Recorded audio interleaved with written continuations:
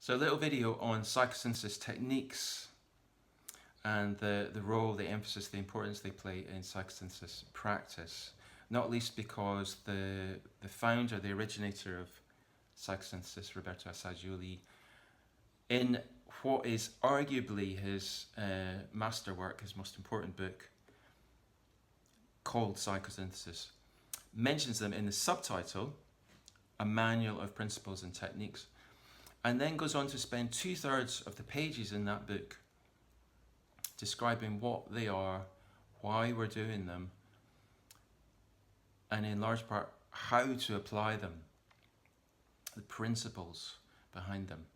So that's what we're going to talk about in this video, and at the end I'll mention a couple of events coming up at the Psychosynthesis Trust related to these techniques which you might be interested in. So what are psychosynthesis techniques? I think the important thing to understand, first of all, is that they're not a particular set of techniques. It's easy to fall into the assumption that because in psychosynthesis we're often applying guided imagery, symbolic visualizations, subpersonality work, it's these particular techniques that are psychosynthesis techniques, and furthermore that applying these psychosynthesis techniques is what makes psychosynthesis psychosynthesis. But this is not what Assagioli says. This is not his understanding. Assagioli writes, psychosynthesis is not identified with any technique or practice, despite the fact that use is often made of guided imagination and visualization exercises. Psychosynthesis can by no means be leveled down to these techniques. One can know all the principal ones and still not have grasped the spirit of psychosynthesis, and vice versa. Real training entails both these factors: intuitive understanding of the spirit of psychosynthesis and a sound technical knowledge. So to conflate psychosynthesis techniques with psychosynthesis is a misunderstanding. What's important is to align the application of whatever techniques we are using with something called the spirit of psychosynthesis, which brings us to our next question. Why do we apply psychosynthesis techniques?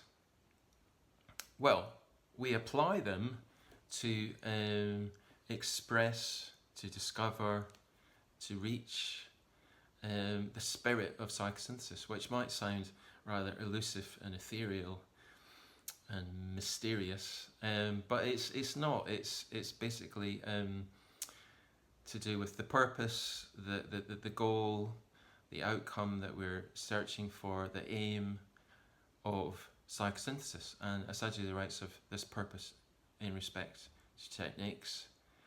Thus, it is opportune at the outset to stress the necessity of relating the different techniques to the overall purpose of psychosynthesis so that we retain this purpose clearly in mind when we apply the techniques. What is important are the principles and the basic purpose of the entire endeavour. All the techniques should be subordinated to this basic goal. So techniques are applied in the service of this overall purpose and goal of psychosynthesis. But what is this purpose? Now, there's lots of different ways to understand that and describe that. But the simplest way is just to go back to the name, psychosynthesis. So it's two components: psyche, which is most simply or experientially, that's your feelings, your thoughts, your memories, your fantasies, your intuitions, how you see the world, how you act and behave in the world, your relationships.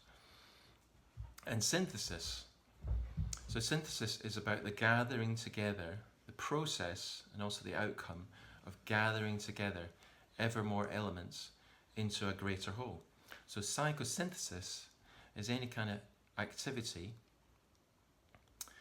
or technique which is in the service of gathering together the disparate elements of the psyche into a greater whole.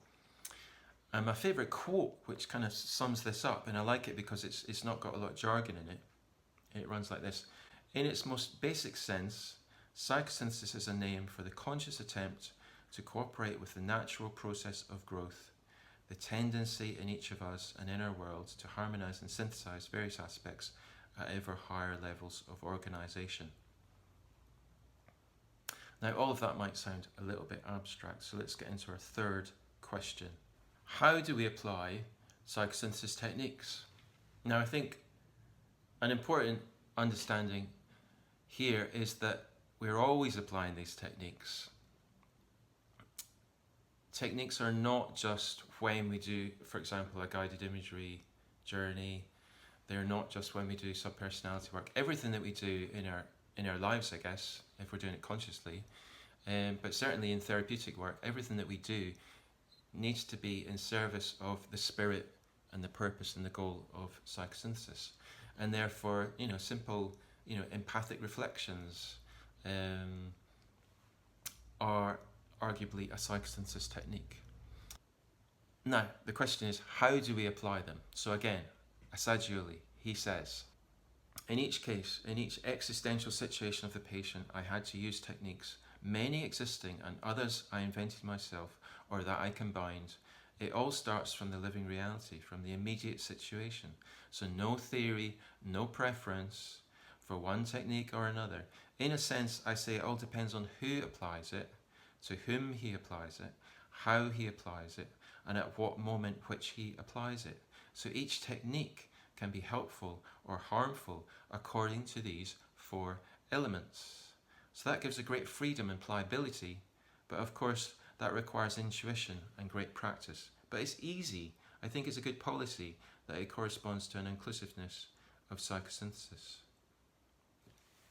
So I love that quote. There's a real freedom and creative pliability, to use his word, which I think communicates something of the spirit of psychosynthesis. And also, the important thing to take from that quote is the experiential emphasis. So the techniques are applied in respect to the living reality, the existential situation.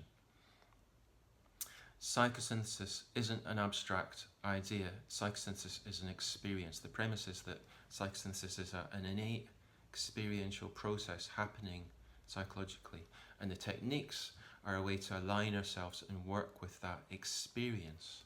And therefore, what Assagioli is saying in this quote is that we need to tailor the techniques to that unfolding situation, which will be unpredictable, spontaneous, surprising.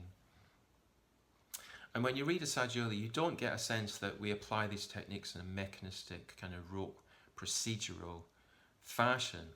He doesn't really give step-by-step instructions, do this, then this, then this. Because if we're applying a technique in a mechanistic fashion, we're not sensitive to what's happening in the room because we've kind of pre-planned in what we're going to do, and therefore you're in danger of causing more harm than good because you're not aligning yourself to the existential situation that's unfolding in the moment between you and the client if you're working therapeutically. So there you are. What, why and how of psychosynthesis techniques. Now, if you've got this far, thank you very much for watching to the end, much appreciated. And if you'd like to go further, there's a couple of events coming up with the Psychosynthesis Trust that you might be interested in. So this December 2024, a 4-hour online session, Psychosynthesis and Creative Techniques.